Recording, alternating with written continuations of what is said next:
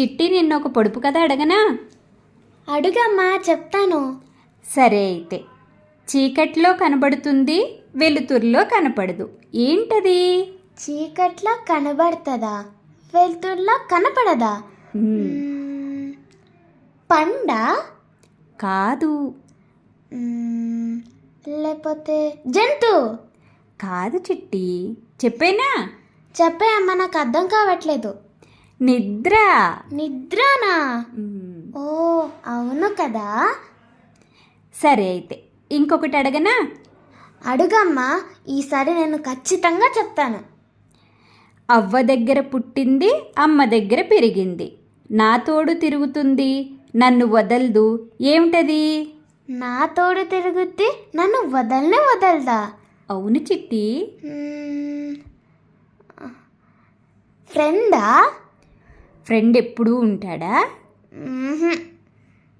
నువ్వు? అమ్మ ఎప్పుడూ ఉంటుందా? ఉండదులే. నీడా? చాలా బాగా చెప్పావు చిట్టి, చాలా తెలివైందానివి నువ్వు. నేను చెప్పాను కదా ఖచ్చితంగా ఈసారి చెప్తానని. సరే, ఇలాంటి మంచి మంచి పొడుపు కథల కోసం మన తెలుగు అమ్మబడిలో రోజు కలుసుకుందామా? కలుసుకుందాం. అంతవరకు మన వాళ్ళందరికీ సెలవు. సెలవు. చిట్టి నిన్నొక పొడుపు కథ అడగనా? అడుగమ్మా, చెప్తాను. సరే అయితే. చీకట్లో కనబడుతుంది, వెలుతురులో కనపడదు, ఏంటది? చీకట్లో కనబడుతుందా, వెలుతురులో కనపడదా? పండా? కాదు. లేకపోతే జంతువు? కాదు చిట్టి, చెప్పేనా? చెప్పే అమ్మ, నాకు అర్థం కావట్లేదు.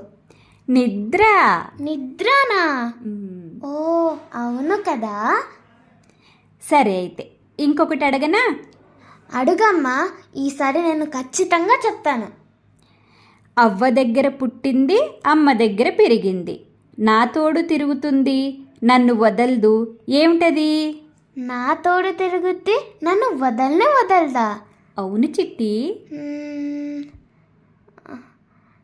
ఫ్రెండా? ఫ్రెండ్ ఎప్పుడూ ఉంటాడా? నువ్వు? అమ్మ ఎప్పుడూ ఉంటుందా? ఉండదులే. నీడా?